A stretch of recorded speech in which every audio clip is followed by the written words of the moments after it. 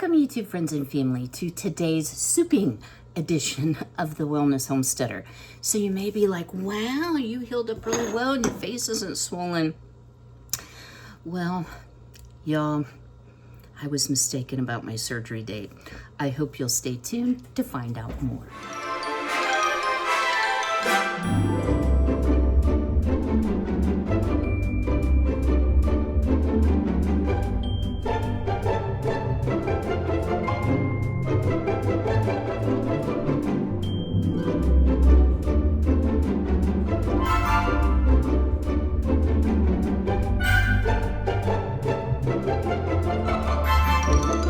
So on Tuesday, I went to see the root canal / crown specialist at the dentist, and we got chitty-chatting about a lot of my upcoming work. Lovely, lovely dentist, y'all.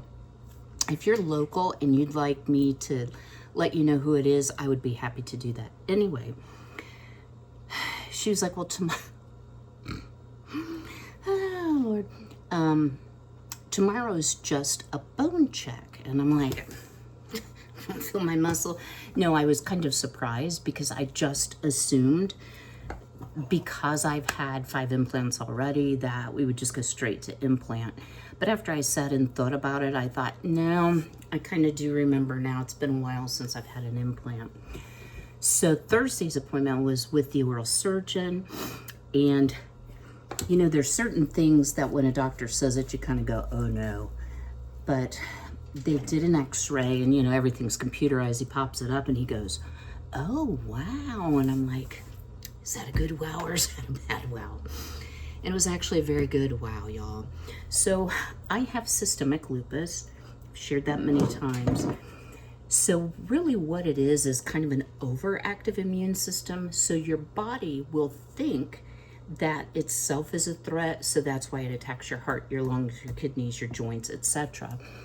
Or if you have any sort of foreign matter implanted in your body, you may have like a rejection reaction. So would I be a good organ transplant candidate? No, I would not.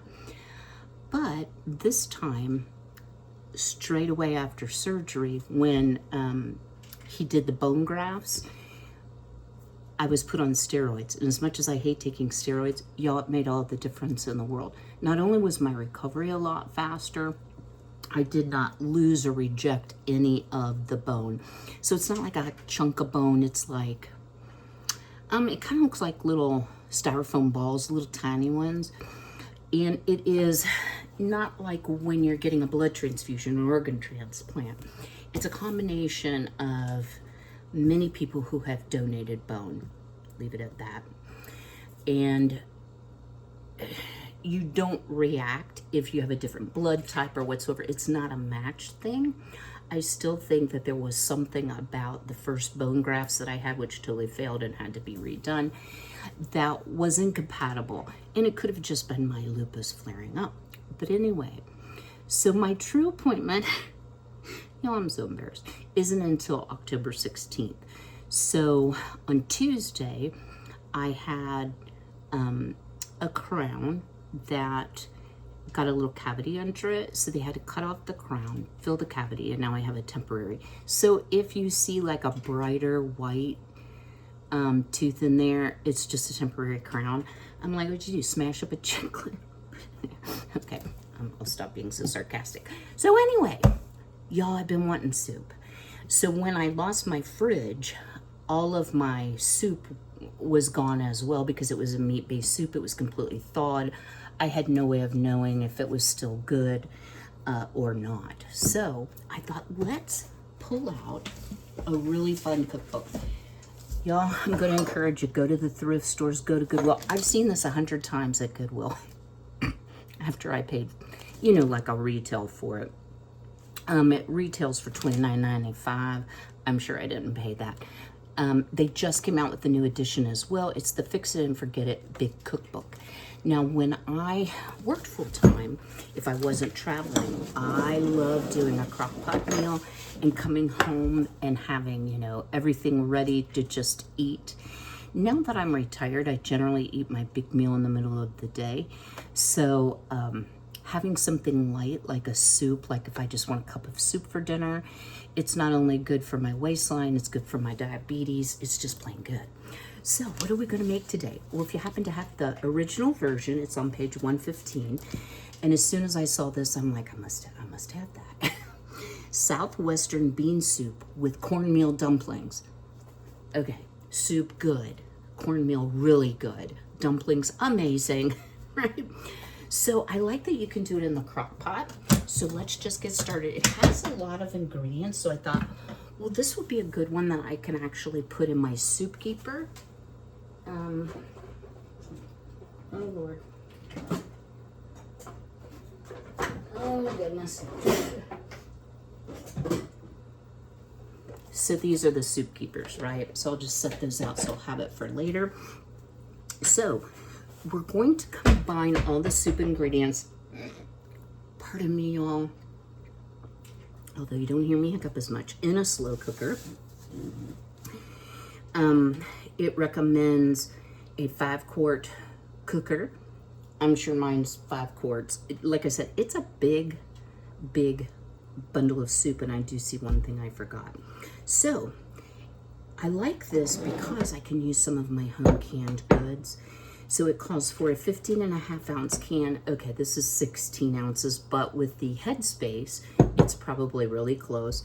You can use red kidney beans, rinsed and drained. So you can buy them from the store if you have your own home canned. The second ingredient is a 15.5-ounce can of black beans, pinto beans, or Great Northern beans, rinsed and drained. I'm gonna use my Great Northern. So let me get these, first of all, opened up. And y'all, I'm always happy to have beans on the shelf. Smells fresh as the day they were canned. So what I'm going to do is I'm going to dump them into this colander. I'm going to rinse them really well. I need to grab one ingredient out of the deep freeze, so I'll be right back with you. So this is what the drained and rinsed beans look like. So why do you see recipes that say, you know, drain and rinse? Well, it's to get some of the starch off. I'm just turning the crock pot on low to start while we're mixing the ingredients so that your soup does not end up gummy. I'll tell you another good item that you could use in this is the ranch black beans. I got my recipe from Homestead Tessie. I do have a video. It's in my canning playlist if you have interest. All right. The next thing it calls for is 3 cups of water. Now, I am going to actually hold off on putting any water in mine till I see how liquidy it is. I want this to be kind of stewish, but yet you're going to have enough liquid to cook those dumplings. So the first thing it calls for past that is a 14.5-ounce can of stewed tomatoes, Mexican style, so like Rotel. Well, I usually get my Rotel from Aldi. And shrinkflation has struck because, y'all, this is actually only a 10-ounce can, so it's very small. So we'll see when this all comes together. I might go ahead and add a pint of my home canned, y'all, I'm sorry about the hiccups, plain tomatoes. All right, the next is a 10-ounce package of whole kernel corn that's frozen.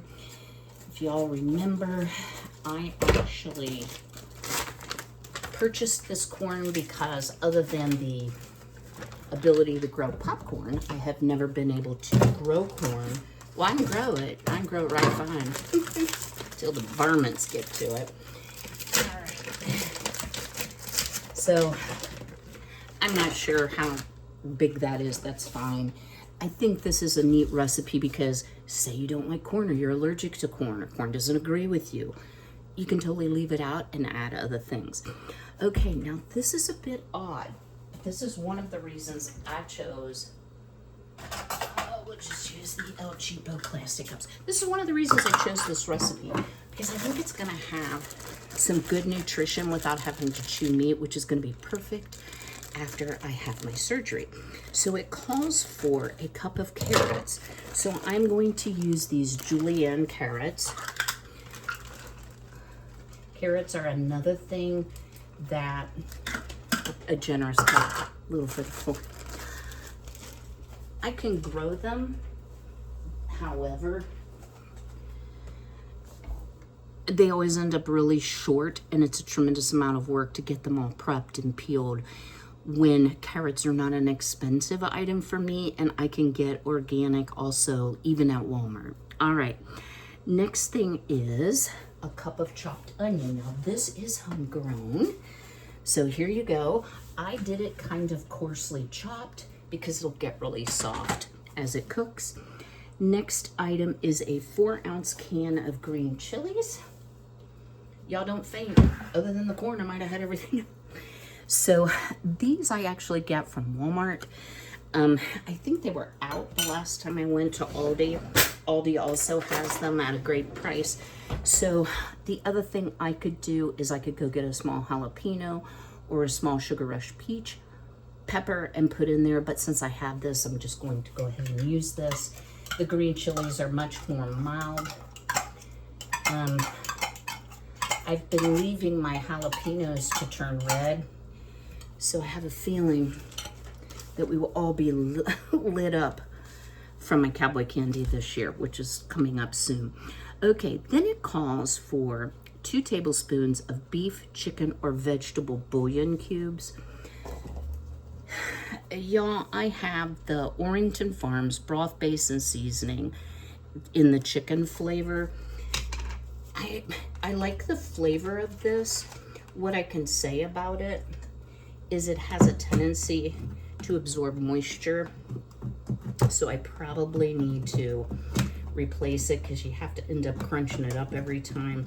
And I'm gonna go more like a tablespoon and a teaspoon, just because I know that this is high in sodium. So let me just tell you here, 2 teaspoons, now obviously we're not eating the whole batch of soup, has 890 milligrams of salt. Most healthcare practitioners will say 2 grams or less, especially if you have heart disease or hypertension.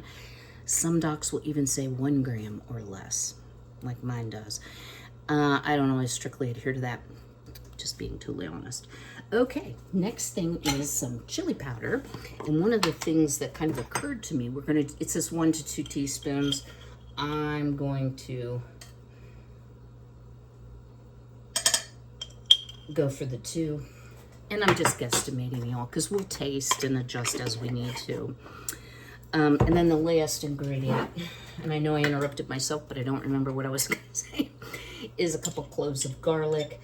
I have this pre-chopped garlic. I still have homegrown garlic, but I like to save that for a dish where garlic is really the highlight, or I'm feeding, you know, my son or family or whatsoever. So other than the, oh yeah, this definitely needs some water. Other than the frozen corn, everything is very easy to mix up. Here you go. So let's go ahead and start with a couple cups of water. Oh, I never even shut the thing.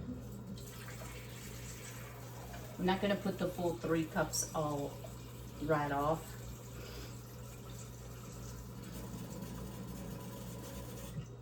I'm going to try 2, and we'll see how that goes. Now it says cover, cook on low, 10 to 12, or on high, 4 to 5. So I'm going to put it on high. It is, what time is it? 8:30-ish. So around lunchtime, this should be completely ready. I'm just gonna set it aside, clean up my mess. And if you're following along and you wanna know, well, what's in the cornmeal dumplings, there's flour. It calls for yellow cornmeal. It's not sweet as in has honey or molasses or sugar. It's just yellow cornmeal is sweeter than white, but I think you could totally use white.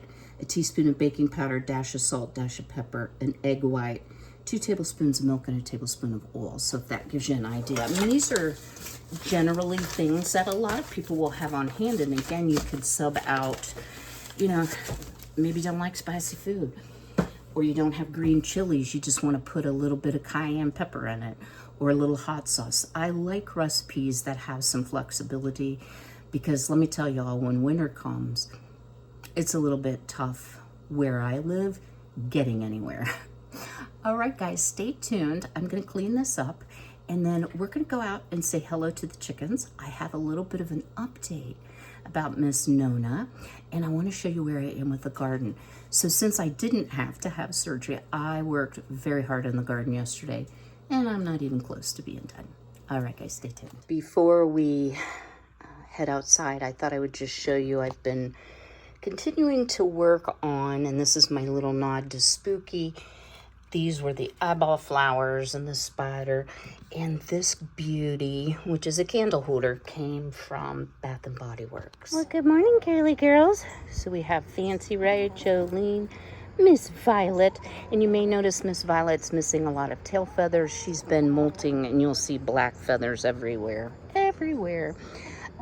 She did not molt in the summer like the Barred Rocks did. And then, of course, Miss Nona. Hello, my Nona. You getting along with your sissies? Yeah, is that your new mom?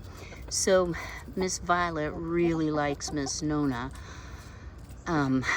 Winona, and they all get along until it comes to treat time, and then the big girls will peck both Violet, who's the biggest hen, and Miss Winona, because they want more than their share. So here's what I learned about Miss Winona.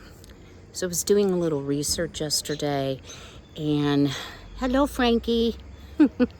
Right here. She will not lay until the 7 to 9 month mark. So silkies are a little bit different than the other two baby chickens I had gotten that I shared with my neighbor.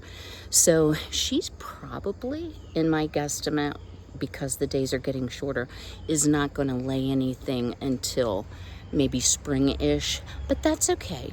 She's cute as a button. She loves to be snuggled up. I go get her in the mornings and just snuggle and hug on her, and she loves it. Now, once she's awake and the big girls are awake, she's not quite as friendly. So let me show you what I've done in the garden. So y'all, as you see, the neighbor's early tree is pretty much done. And if you're seeing a little bit of like a fog, it is very humid this morning, and it's probably causing an issue. Let me try cleaning. That's a little better. So the garden is looking very, very different, is it not? So I'm going to leave these until I can start harvesting some of the seeds, because marigolds are, I've got a few that I can get, but marigolds are really, really easy to grow, and I think these are lovely, and I like the ones with the red and yellow. The yellow are my least favorite, but I like them all. The only thing I've left here, these were all the autumn sunflowers, are a few of the, zinnias, and again, I like having the seeds, so I do seed save from year to year. So as you see here, they're starting to dry. Oops. And it won't be long, like this one's pretty dry, that I can start harvesting those off. And y'all, if I have like a rotten tomato, I just leave it in the bed. I get lots of volunteers that way. This I'm also leaving until it goes to seed. This was a volunteer from last year. I have a little bit of this I missed yesterday, but y'all, my lavender is doing so well, and it smells absolutely amazing. Absolutely. My big sunflowers, y'all, I will wait until they naturally come down on their own. And again, this was a twin, but as you see here, we're starting to get some color to the seeds.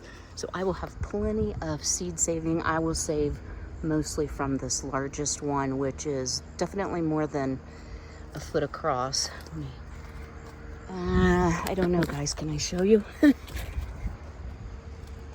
you can see, it's quite large.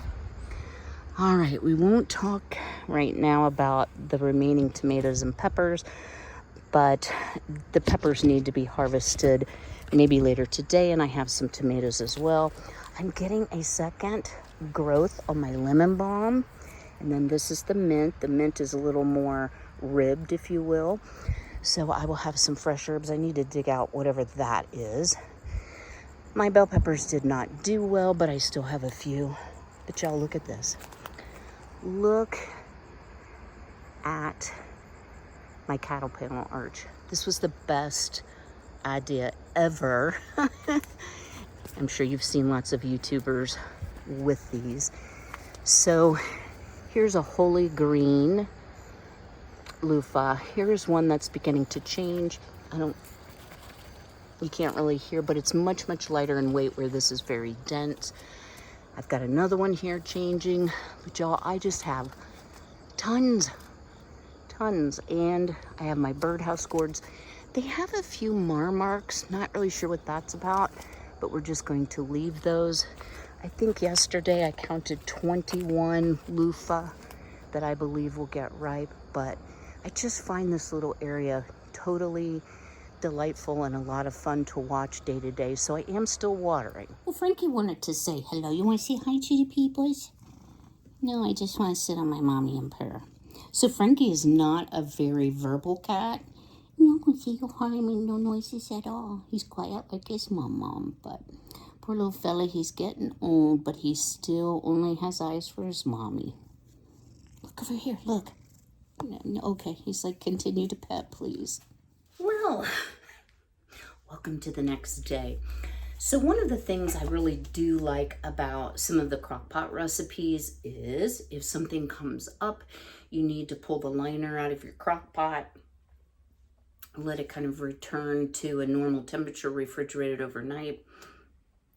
You can go ahead and reheat it the next morning. So it was fully my intention to get this done yesterday, and then, sometimes things go sideways. So would you like to see what it looks like? I did go ahead and add another cup of water because it was way too thick.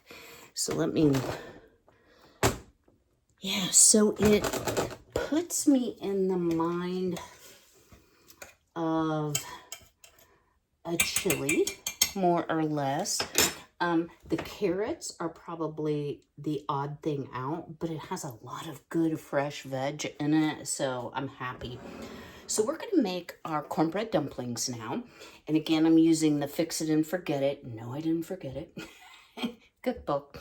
So in this bowl, I've put 1/3 cup of flour, all-purpose flour, pardon me, 1/4 cup of yellow cornmeal, a teaspoon of baking powder, probably 1/2 teaspoon of black pepper, and maybe about that much salt. Now it actually calls for 1 egg white and 2 tablespoons of milk. Eggs are too precious.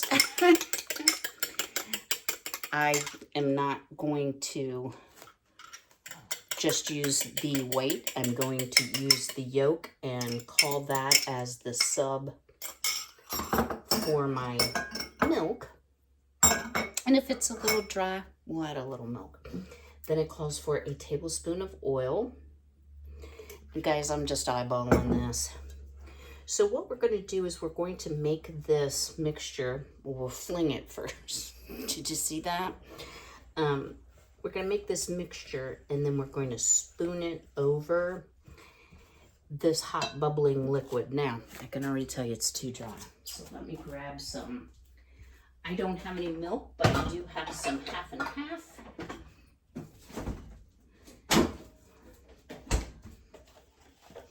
So we're gonna make kind of like a drop biscuit, would be what I would call it. So you're just looking for, and it's a very small amount of dough. You're just looking for something that you can spoon out on top, and it says to make 8 biscuits. So yeah, this is pretty good right like this.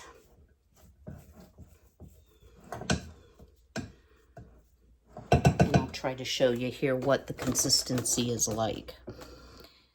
So here we go.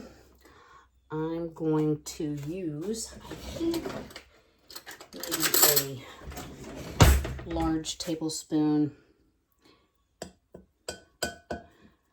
And we're going to do 1. And if it's more than 8, I think that's fine. 2. Yeah, it's going to be more than 8. 3. You can make them bigger or smaller. We're going to put the lid back on and we're going to cook for 30 minutes. And these should puff up just as if you're, baking some cornbread muffins, so to speak, in the oven. Something similar to that. So I'm going to have more like a dozen, but again, I'm making them fairly small.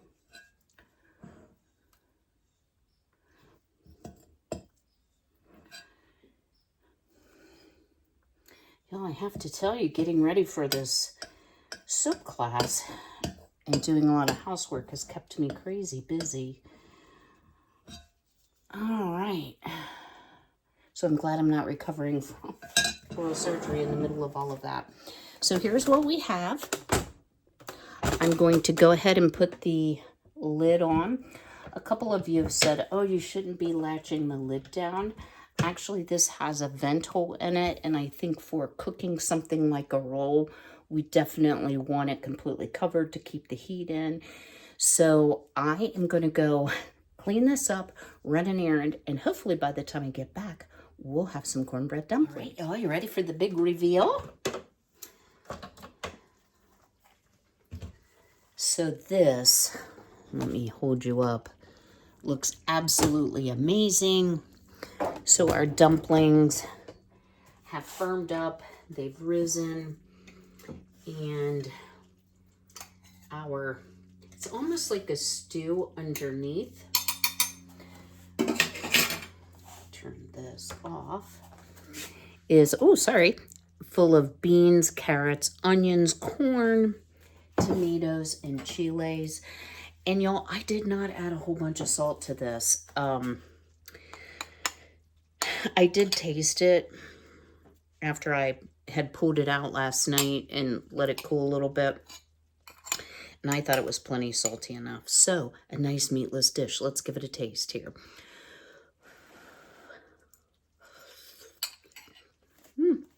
Hot. I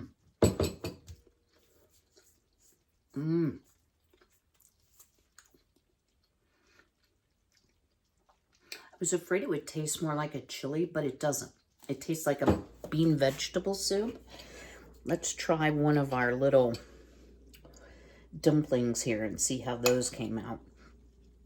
And y'all, if you like sweet cornbread, you could probably use like a Jiffy corn muffin mix on the top too. But let's take a bite.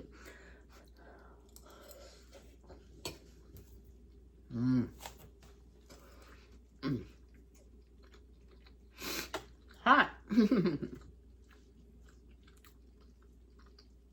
Y'all, this is a winner. It's something you could do on the stove quite easily.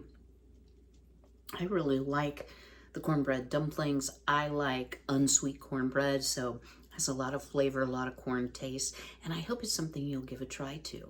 So I plan to see you all next week. Lord willing and the creek don't rise. I do have a soap making class and a doctor's appointment. So I'll just have to try to squeeze in some time to do some good videos for you. I don't like to post a video unless I feel like the content is relevant and it would be something you would enjoy. So until I see you again, do me a big favor, go ahead and smash that like button. Drop me a comment on the way out. Is this a recipe you would try? If you don't care for cornbread or corn muffins, what other type of drop biscuit might be good on this? I even think like the Red Lobster garlic biscuit type mix would be very good on top of this as well. All right, guys, until I see you again, be healthy, be well, be blessed, and take care.